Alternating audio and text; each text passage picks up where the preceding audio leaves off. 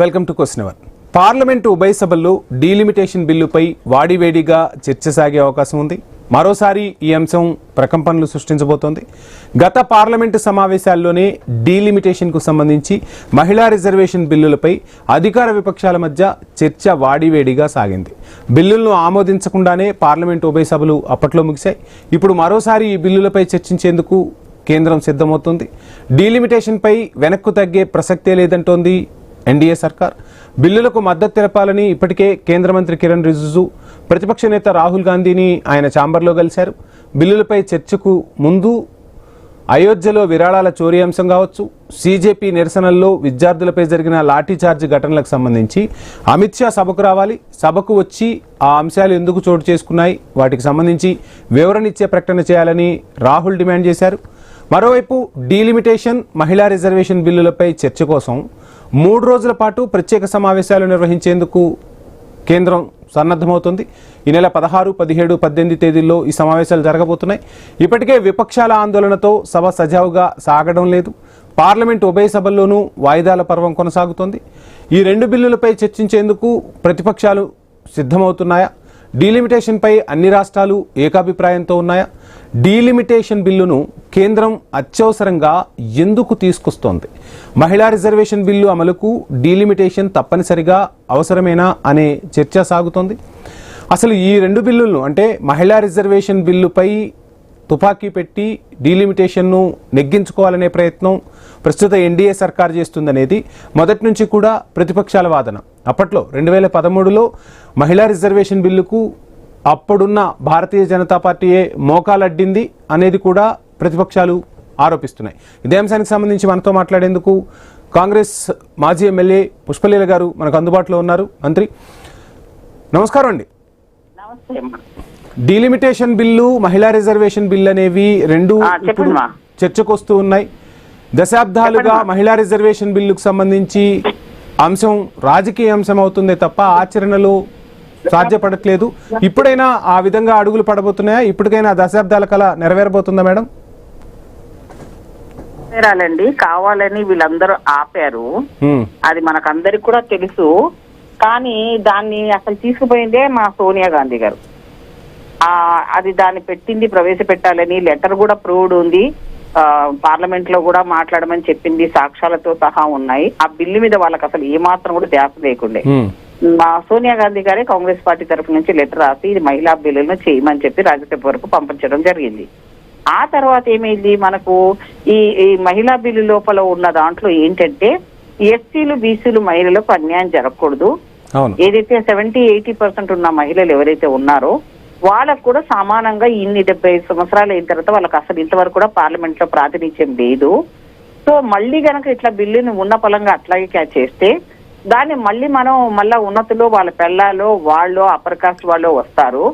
అప్పుడు మళ్ళీ సేమ్ కథనే అయితే తప్ప ఇది సామాన్యంగా ఎవరైతే పార్లమెంట్ కు ఉన్న వాళ్ళలో తగిన న్యాయం జరగదు. చట్టసభల్లో మహిళల ప్రాతినిధ్యం పెరగదు. 50% ఉన్న మహిళల్లో అత్యధికులు ఎస్సీలు, ఎస్టీ, బీసీ మైనార్టీలే ఉన్నారు. సో అప్పర్ కాస్ట్ వాళ్ళు ఎవరైతే ఉన్నారో వాళ్ళకి డబ్బు ఉంటుంది కాబట్టి, లేదా ఏ క్యాపిటలిస్ట్ వస్తారు కాబట్టి అలా జరగకుండా మామూలుగా ఉన్న వాళ్ళు ఏంటంటే బాధ తెలిసిన వాళ్ళని అక్కడ పెట్టాలి కదండి. వాళ్ళకి అప్పర్ కాస్ట్ ఉన్న వాళ్ళకి ఏం బాధలు ఉంటాయండి? వాళ్ళు డబ్బులు ఇచ్చి కొనుక్కోవడమా, లేకపోతే క్యాస్ట్ ని ఉపయోగించుకోవడం, మనీ మజులు ఉన్న వాళ్ళే వస్తున్నారు.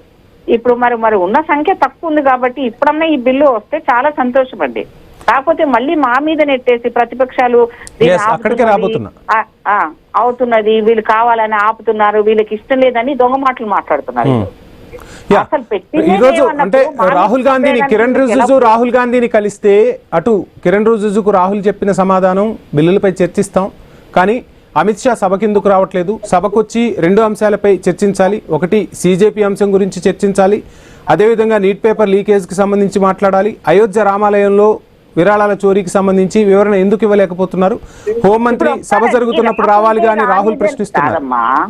కాదమ్మా, వీళ్ళు పెట్టినప్పుడే చేయాలని కూడా లేదు కదా. మనకు అత్యధికమైన మీరు చూశారు మొన్న ఏదైతే పేపర్ నీట్ ఎగ్జామ్ సంబంధించిన విషయంలో ఇప్పటి వరకు కూడా మనకి జరిగిన దానికి రాహుల్ గాంధీ గారు దాని మీద చాలా కష్టపడ్డారు. ఆ పిల్లలకు సపోర్ట్ చేశారు. పార్టీలకు అతీతంగా అది అందరి అంశం. అది అవును. సో దాని మీద వీళ్ళు క్లారిటీ ఇవ్వకుండా ఇప్పుడు నెక్స్ట్ ఎందుకు అంటే ఎవరైతే పిల్లల్ని అందరినీ కూడా ఎవరెవరు అక్కడ అటెండ్ చేస్తారో వాళ్ళందరి కూడా ఫొటోస్ తీసుకొని క్లోజ్అప్ ఫొటోస్ అన్ని పెట్టుకొని ఎంప్లాయ్ అయితే ఎంప్లాయర్ మీద టార్చర్లు పెడుతున్నారు. ఎవరైతే అందులో ఎవరైతే పాల్గొన్నారో ఆ పాల్గొన్న వాళ్ళందరినీ కూడా హెరాస్మెంట్ చేస్తున్నారు. సో ఇవన్నీ కూడా ఏమనంటే ఏమంటున్నారు, దీని వెనకాల వాళ్ళు ఉన్నారు లేదా ఉగ్రవాదులు ఉన్నారు ఇలాంటివన్నీ పెట్టేసి ఆ పిల్లల్ని ఇప్పటి కూడా హింసనే.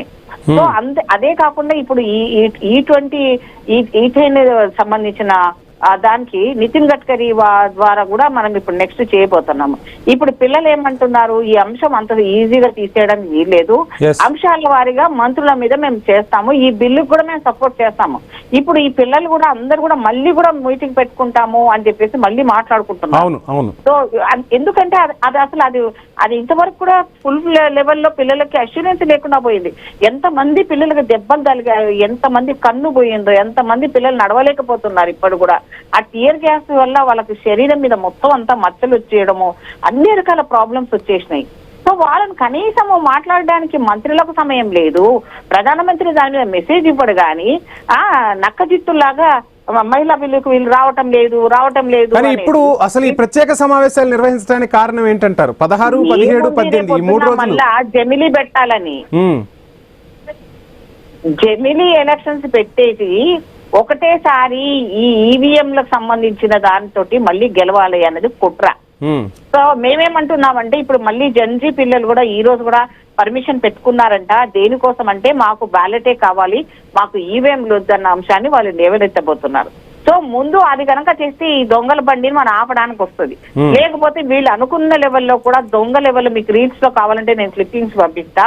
మోదీ గారు ఏ రకంగా అయితే చీటింగ్ తో ఓట్లు వేయించుకున్నాయన్నీ కూడా మన దగ్గర ఉన్నాయండి. ఆ వివి ప్యాట్స్ కూడా మనకి ఇవ్వమంటున్నాం, అవి కూడా ఇవ్వటం లేదు. అసలు ఎందుకు ఇవ్వరండి? మన ఓటు మనం వేసామా లేదా చెక్ చేసుకున్న అధికారము పౌరుడిగా మనకు ఇవ్వడం కుదరదు అంటున్నారే వీళ్ళు. అంటే మా ఓట్లు మీరు వేసుకొని మా సీట్లు కూడా మీరే లాక్కొని మీ ఇష్టం వచ్చినట్టు ఆ పార్టీ ఉన్న వాళ్ళని ఈ పార్టీ వాళ్ళని మెజార్టీ కోసం కొనుక్కొని ఇప్పుడు లాస్ట్ టైమే బిల్లు పాస్ చేద్దామని చూశారు. కానీ ఏమైంది, అక్కడ మెజారిటీ లేదు. ఇప్పుడు ఏమైంది, ఆమ్ ఆద్మీ పార్టీ నుంచి కానీ మహారాష్ట్ర నుంచి కానీ ఇంకా ఇతర రాష్ట్రాల నుంచి ఉన్న వాళ్ళందరినీ తీసేసుకొని భయపెట్టించో భయాన్ని చేసుకొని ఇప్పుడు మెజార్టీ ఉంది కాబట్టి మేము పెట్టేస్తామంటున్నారు. అంటే కాంగ్రెస్ డీలిమిటేషన్ తో పాటు మరలా బ్యాలెట్ ఓటింగే కావాలి, బ్యాలెట్ బాక్సులు అదే విధంగా మనం ఇంతకుముందు ఏ విధంగా పాత పద్ధతిలో ఓటింగ్ నడిచిందో ఇప్పుడు అమెరికా లాంటి దేశాల్లో కూడా ఏ విధమైన ఓటింగ్ నడుస్తుందో చూస్తున్నాం. సో ఈవీఎంలకు స్వస్తి చెప్పాలని డిమాండ్ చేయబోతున్నా. ఇప్పుడు ఉన్న పరంగా మీ నంబర్ పెట్టండి, నేను ఒక క్లిప్పింగ్ పంపిస్తాను. ఇవి ఉండండి ఒక్క సెకండ్. ఎలన్ మాస్క్ వీడియో పంపిస్తా మీకు. ఎలన్ మాస్క్ ఏమంటున్నాడు, ఈవీఎం దంతా కూడా చోరీ, అది అందుకే ఆ మోదీ 3 సార్లు గెలిచాడు అని చెప్పేసి అన్నాడు. అలాగే మోదీని కిల్లర్ అని కూడా అన్నారు వాళ్ళు. ఎవరు? ట్రంప్ అన్నాడు. మరి ఇవన్నీ చూసుకుంటూ వాళ్ళిద్దరే ఫ్రెండ్స్ కదా మేడం, దోస్త్ మేరా దోస్త్ అంటారుగా వాళ్ళిద్దరు. అదే కదా కిల్లర్ అని భయాన్ని ఇచ్చాడండి ఆయన. మీకు ఆ క్లిప్పింగ్స్ పంపిస్తా. ఎలన్ మాస్క్ అయితే అన్నాడు అంటే దాన్ని కన్సిడర్ చేద్దామా వద్దా? సరే, మొత్తంగా ఇప్పుడు ఈ 2 అంశాలపై చర్చ పట్టుబడుతుందా కాంగ్రెస్? మరి మేము అదే అడుగుతున్నాము. వీళ్ళేదో ఏదో ఇప్పటికిప్పుడు పెట్టేసి ఏదో దేశాన్ని ఉద్ధరించేద్దాము, వందే మాత్రం అనకపోతే దాని గురించి అన్ని పనికి మాలనే మాటలండి. ఏవైతే జనాలకు అవసరమనే అవి మాట్లాడట్లేదు. వందే మాత్రం అని అంటే ఎంఐఎం నుంచి ప్రొటెస్ట్ వస్తుంది. అసలు నిజంగా నేను చెప్పనండి, వందే మాత్రం పార్లమెంట్ లో ఉన్న బీజేపీ వాళ్ళు చక్కగా ఎవడన్నా పాట ఆ వందే మాత్రాన్ని కరెక్ట్ గా పాడి చూపించమనండి దమ్ముంటే. ఒక్కడికన్నా వస్తుందేమో చెప్దాం.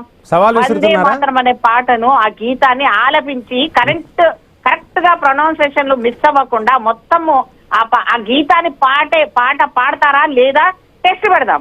టెస్ట్ పెట్టినాక దాని గురించి మాట్లాడదు. ఇప్పుడు దేశం ఏ విపత్తులో ఉన్నామో, పిల్లలు ఏం బాధలు పడుతున్నారు, రైతులు ఏం బాధపడుతున్నారు, ఆడవాళ్ళకి రక్షణ లేదు, ఇవన్నీ మాట్లాడమంటే నువ్వు వందే మాత్రం ఎప్పుడో 100 సంవత్సరాలు ఉన్నాయి, అది వాడకపోతే మిమ్మల్ని పంపించేస్తాము అని ఇవన్నీ ఏంటండి పిచ్చి పిచ్చి పనులని. సరే, ఫైనల్ గా ఏం చెప్తారు?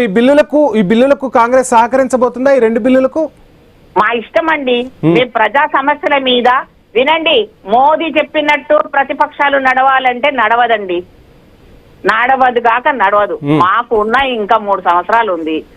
మేము దానికి వ్యతిరేకం కాదు అని ప్రియాంక గాంధీ గారి దగ్గర నుంచి రాహుల్ గాంధీ దగ్గర నుంచి కాంగ్రెస్ లో ఉన్న వాళ్ళందరూ పార్లమెంట్ లో అన్నారు.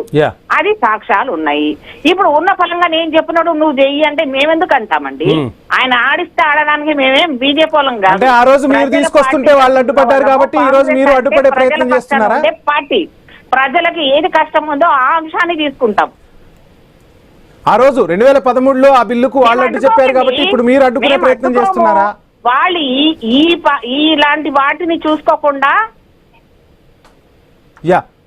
అది మాకు ఇప్పుడు వర్షం వస్తుంటే గొడుగు పట్టుకోవాలి కానీ వర్షాకాలం గురించి తీసుకోవాల్సిన చర్యలు లేకుండా ఎండాకాలంలో తీసుకునే లెవెల్లో ఇప్పుడు అంత కొప్పలు మునిగే పని ఏమున్నది అనేది మన పాయింట్. మనం సపోర్ట్ చేస్తామని నీకు పార్లమెంట్ లోనే చెప్పాము.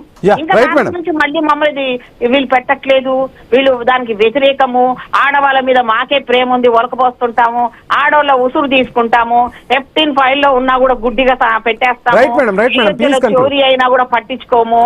Thank you so much Pushpaleela గారు. మొత్తంగా డీలిమిటేషన్ బిల్లు సభ ముందుకు రాబోతోంది. ప్రతిపక్షాలు సహకరించాలని కిరణ్ రిజిజు ప్రతిపక్ష నేత రాహుల్ గాంధీని ఆయన ఛాంబర్లో కలిశారు.